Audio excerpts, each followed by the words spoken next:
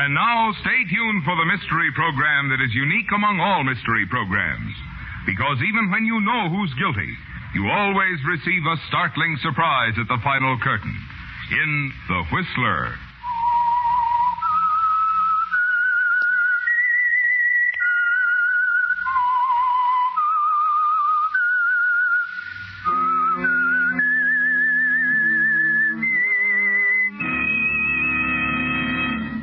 I am the Whistler, and I know many things, for I walk by night. I know many strange tales hidden in the hearts of men and women who have stepped into the shadows.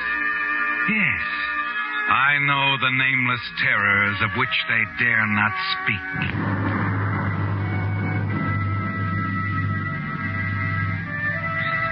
Yes, friends, it's time for The Whistler, rated by independent research the most popular West Coast program in radio history.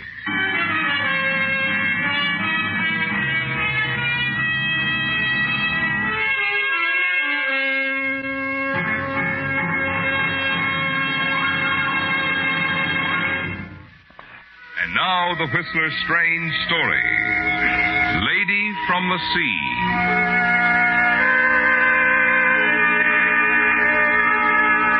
For 15 years, Myra Cartwright had lived in a shadow. The shadow of a knife and a note. A note that could destroy everything she'd built up in 15 years of hard work. Yes, a shadow that even the glittering lights of Hollywood could not dispel. Myra had now reached the peak of her fame. The light of her stardom was burning brightly.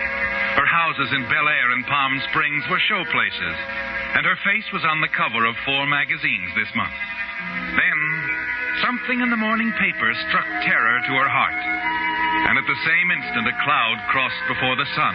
Myra shivered. The newspaper slipped from her fingers to the bedroom floor. Ella! Ella! Myra, what's the matter? Why, you look like you've seen a ghost. I have.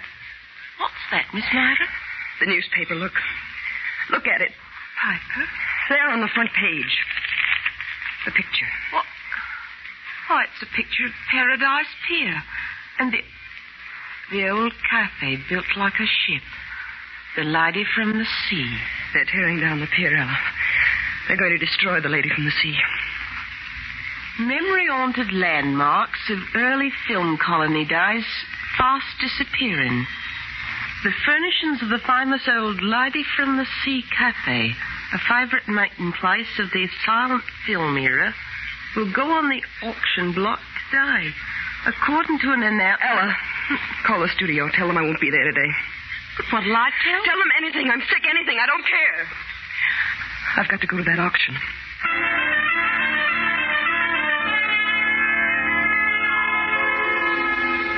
Yes, the dismantling of an old cafe built like a ship had a strange significance in the life of Myra Cartwright. To her, the Lady from the Sea cafe meant more than memories of plushy Hollywood parties and Prohibition gin. It stood for Craig Douglas, the one-time Hollywood director who once owned it. It stood for Craig's beautiful wife, Norma Douglas, star of the silent films. And above all, it brought back memories of that evening 15 years ago when Myra, then a farm girl from Montana, radiant after her first important screen role in Marie Dressler's latest picture, had stood beside Craig on the upper deck of the Lady from the Sea cafe, overlooking the churning waters that moved under Paradise Pier. Craig. Yes, darling. Craig, did you talk to Norma? Yes. The answer's still the same. She won't consent to a divorce. Craig, I've been thinking. You could force her into a divorce. What? I mean, well, if it were known about us, she'd have to. No. I won't have that, Myra. She'd drag your name through the mud and take pleasure doing it. But, darling, No, Myra. No, you're young, on the threshold of a great career. Bad publicity would ruin you. I don't care about my career. I don't care about anything. But you. Oh, darling. Oh, Craig, what are we going to do? Very little, I'm afraid.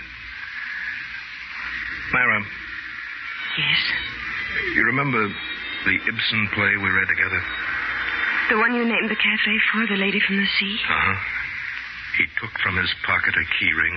And drew a ring that he always wore from his finger. And he took a small ring that I had. These two he put on the key ring, and he said we should wed ourselves to the sea. Wed? Yes, so he said. And with that, he threw the key ring and our rings with all his might, as far as he could, into the deep. Myra, give me your ring. Here. And now mine. Yours and mine. On the key ring. There. Craig, darling. Do you remember the rest of the lines? For she is mine, and mine she will remain. And she shall follow me if I should come back and fetch her as a drowned man from the dark sea. Oh, Craig. Craig.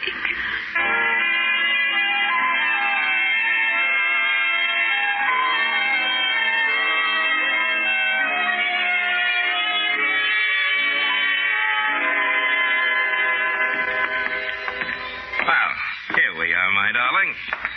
You got your key? Uh-huh. Won't you come in for a few minutes, Craig? No, I better not. It's past midnight, and you got to be on the set early in the morning. All right. Well, What's the matter? that's strange. The lights are... I'm sure I turned them out when I left the apartment tonight. Hello, darling. Well, Norma. Your landlady told me it would be quite all right if I waited for you here, Myra. I told her I was a friend. You don't mind, do you? Norma, what are you doing here?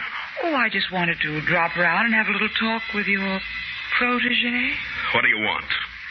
I don't want anything, Craig. I understood you wanted a divorce. This is hardly the place to discuss that again. There won't be any discussion, Craig. I've made up my mind to give you a divorce. What? oh, Norma. Why not? There's nothing left between us. I was a fool to think otherwise, so... Well, you two can make your plans. Oh, Norma, I don't know what to say. Then don't say anything, darling. Well, it's awfully decent of him. I only want you to be happy. I want you to know, Norma, I'm grateful to you for giving Craig up.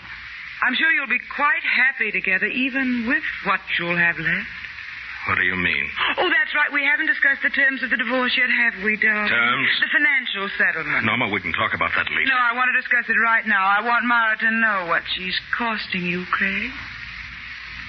Norma, I don't understand. Craig what can have his divorce, Myra, provided he gives me the Malibu house, the ranch, the cafe, cars, and everything else he owns. Well, you can't be serious. Oh, but I am. And another thing, I'm afraid you'll have to leave the studio. The place is cluttered with second-rate directors as it is. Second rate?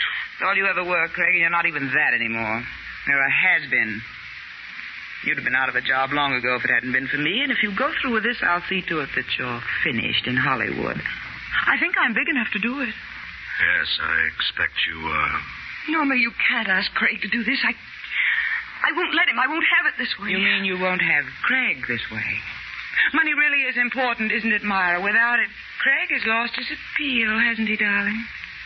It was just a trick, wasn't it, Norma? You never intended to divorce Craig. I'm grateful to you for giving Craig up. You just want to torture us. Stop it. I'll never let you have him. Do you understand? Never, you poor, stupid little fool. Stop it. Myra, put down that knife. No, Myra, don't.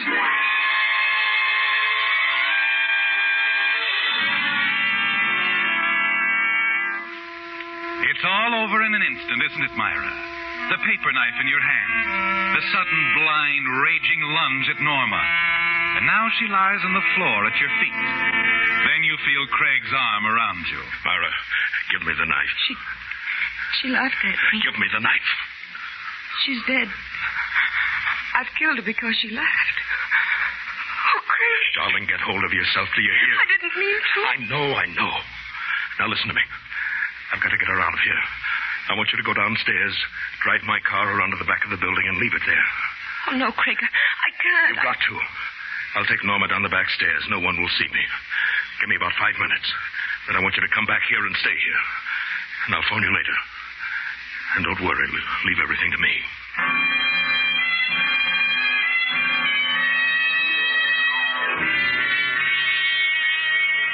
Yes, Myra, leave everything to Craig. He'll know what to do. Quickly, you go downstairs, drive the car around to the rear of the building, and a few minutes later, you're back in your apartment. Craig is gone with Myra, and he's taken the murder weapon with him. A paper knife with your name engraved on the blade, part of a desk set, a gift of the studio workers. Yes, Craig will have to get rid of the knife, too, won't he, Myra? The hours drag by slowly, and you pace the floor of your apartment, waiting. But Craig doesn't call. You're almost at the breaking point when finally, just before dawn... Craig? Miss Cartwright? Yes, who is this? Frank Collins. I'm Craig's lawyer. He asked me to call you. Where's Craig? At the police station. They're holding him for the murder of his... Murder? For the murder of his wife, Norma. No, he didn't do it. I tell you, they can't hold him. Afraid they can, Miss Cartwright. You see, half an hour ago, Craig signed a full confession.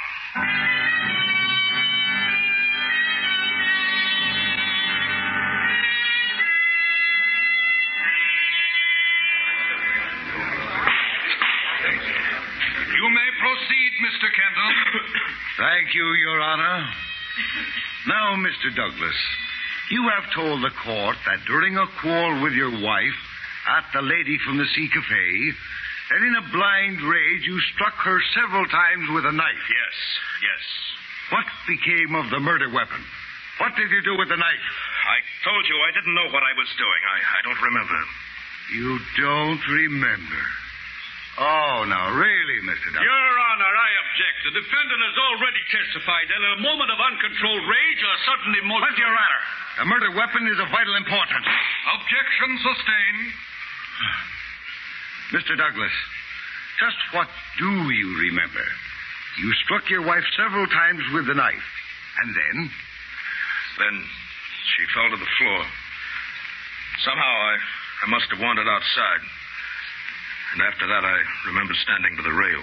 And how long were you out there? I don't know. Then I came back in and called the police. And that's all I remember.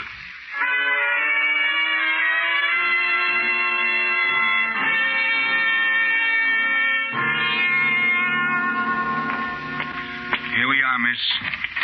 5 minutes and keep your hands off the screen. Yes, of course. Hello, Myra. Craig. Oh, Craig. Oh, now, Myra, it's all right. The trial's over, and that's the worst part. Darling, 15 years. 15 years. If my lawyer hadn't managed to have the charge reduced to manslaughter, it might have been much worse. Craig, why? Why did you do it? Why did you confess? Because I love you, Myra. Because you have a career before you. Not like Norma's, based on a pretty face and a few cheap tricks. But something really great. And what if you're wrong? If I'm a failure? You'll have given up your freedom for nothing. No, I would have done it anyway. Craig? Yes? The knife, they never found the knife. Now, don't worry. There's no safer place in the world than where I put it. But I've got to get it sometime. Tell me where it is. No. If I told you, you'd go back and they might be watching. But, Craig... Don't worry, darling. It's safe where it is. Quite safe.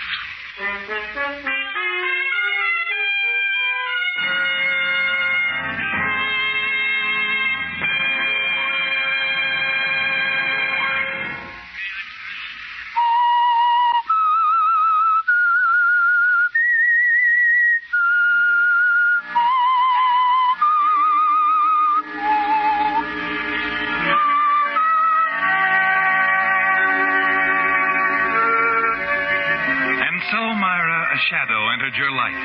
The shadow of a knife. The shadow that has been with you now for 10 years. 10 years since Craig Douglas went to prison. 10 years since his Lady of the Sea Cafe passed into other hands. The murder of Norma Douglas, his wife, is almost forgotten. But you've never forgotten it, have you? Even when success followed success, as your fame and power grew in the motion picture world, you have remembered. For you love Craig Douglas. Yes, and he knows where the knife is hidden. Even now, as you stand on the set between takes, the whole horrible nightmare comes back to you, and you struggle to keep it out of your mind. As you turn to light a cigarette, you see your maid walking towards you. What is it, Ella? It's Mara. What's the matter? Easier. In your bungalow. Who is? Mr. Douglas. Craig.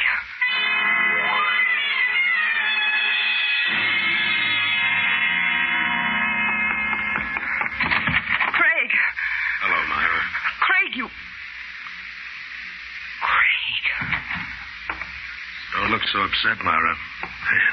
It'll take a little time to get used to me. But how did you... I mean... Time off for good behavior. I'm on parole. Oh, I see. I'm so glad, Craig. You don't seem to be, Myra.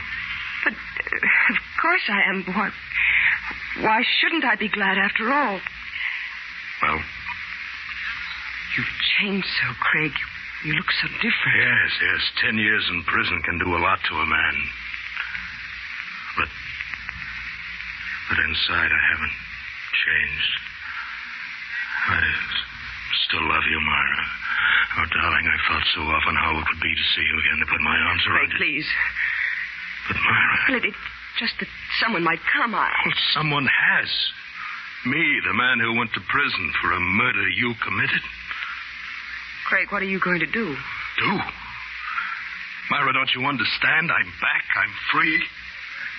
Darling, we're free. Craig, don't touch me. Oh. So that's it. You're not in love with me anymore. I was when you went away. Yes, you were in love with me then. When I had money, influence, when I could help you, when I could give you 10 years of my life to save you. That's pretty funny now, isn't it? What's happened to all our plans, Myra? Craig, please. I'm a star. My whole life belongs to my public. You're a phony, just like Norm. I've got to think of my public. I can't tie myself down to... To an old man? Why don't you say it, Myra? Say it. Say it. Please, Craig. So you're going to let me walk out of here? You're going to thank me for 10 years, pat my hand, and let me walk out? I'll see that you're taken care of. You'll have everything you need. Everything I need? You're paying me off, huh? What's the matter, Myra? Your conscience bothering you? Or is it the knife? You have it? No, it's still hidden. With a note, Myra, a note that tells all about how Norma was killed. A note? Where, Craig, where? It will look at you out of blind eyes, Myra. Like the girl in the Ibsen play, a land creature who can no longer find her way back again to the sea. Tell me. I think I'd better go. No. Wait, please, Craig. Goodbye, Myra. Craig!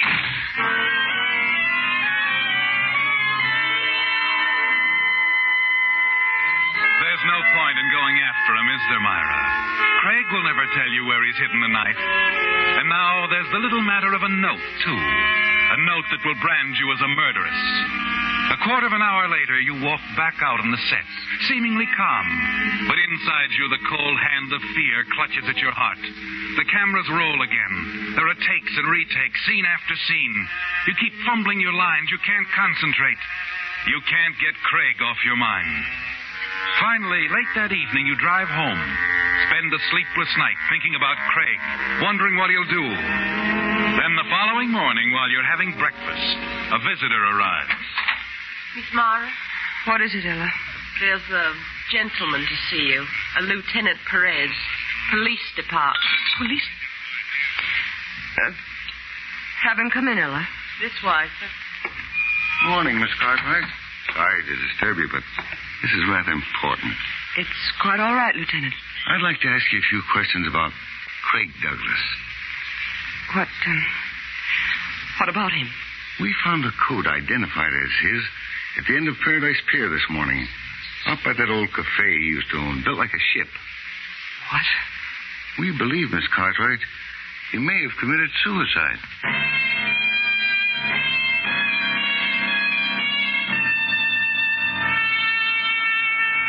The years have rolled by since that morning when Lieutenant Perez of the Los Angeles Police made his call. 5 more years, Myra, but the shadow has remained. Craig's body was never found, and there was no proof that he was really dead. Of course, as the lieutenant had explained, the tides under the old pier were swift and treacherous. Yes, Myra, as treacherous as the knife Craig had hidden. The knife and the note that no one found, unless someone should find them today. For now it's 1948. 5 years have passed since Craig's coat was found on the pier.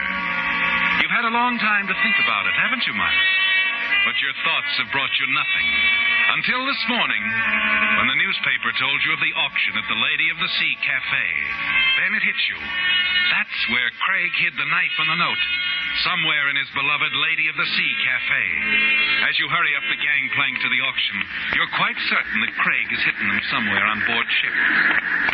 Careful there, ma'am. What? These old boards ain't as smooth as they used to be. No, sir. I remember in the old days... What do you know about the old days? Plenty, ma'am. Used to run a sightseeing boat right off this pier in the late 20s. Yep. The lady's taken quite a buffeting since those days. Face cracked wide open now. What are you talking about? The lady. That's what I call a figurehead. The carved woman up there on the prow of the ship. Used to set my sights on her in the old days. Oh, the figurehead, yes. You going to the auction? Yes, where... Over there, the dining salon. That way. Ain't much interested in what's going on myself. I'm just waiting till they get round to her. The lady up there. Gonna get her, too. What you figure on bidding for, ma'am? I don't know. Perhaps for my life.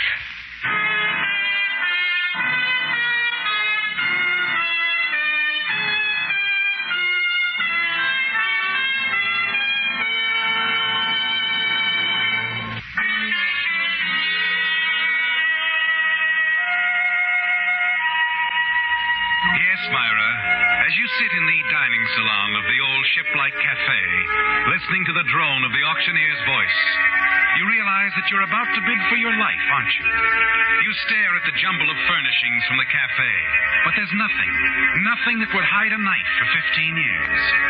As each item goes under the block, you watch carefully, strain your memory for some clue.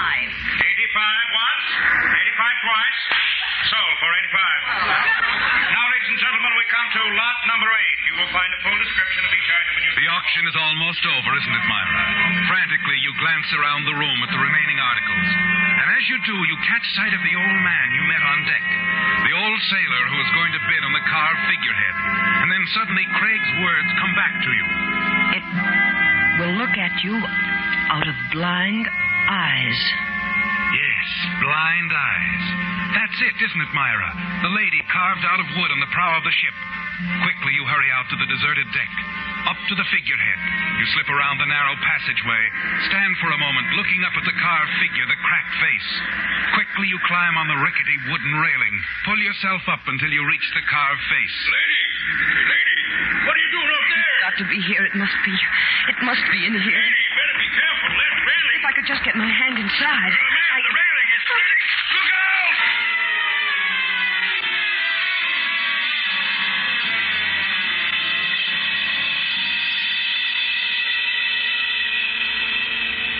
You say you saw it happen, old-timer? That's right, officer. I was standing right here when the rail gave way, and she fell. Down there. You, find her body yet? No, we won't for a while anyway. Have you any idea what the woman was up to? No. Seemed to be trying to get her arm through a crack in the figurehead. Then the rail gave way. About this note. You say it was inside the figurehead? Must have been. When the lady fell, part of the figurehead went down there in the water with her. I was standing here when this piece of paper fell to the deck. Huh. Dear Myra, I think you should know that I threw the knife into the sea on the night Norma died. I think you should know, too, that she was still alive when I carried her out of your apartment. I had to finish the job. Queer, ain't it, officer? Now, that other writing there, the bottom of the page, can't figure that out either. Sounds like it's from a play or something. You mean this? Yeah, right there. For you are mine, and mine you shall remain, and you shall follow me. If I should come back and fetch you as a drowned man from the dark sea,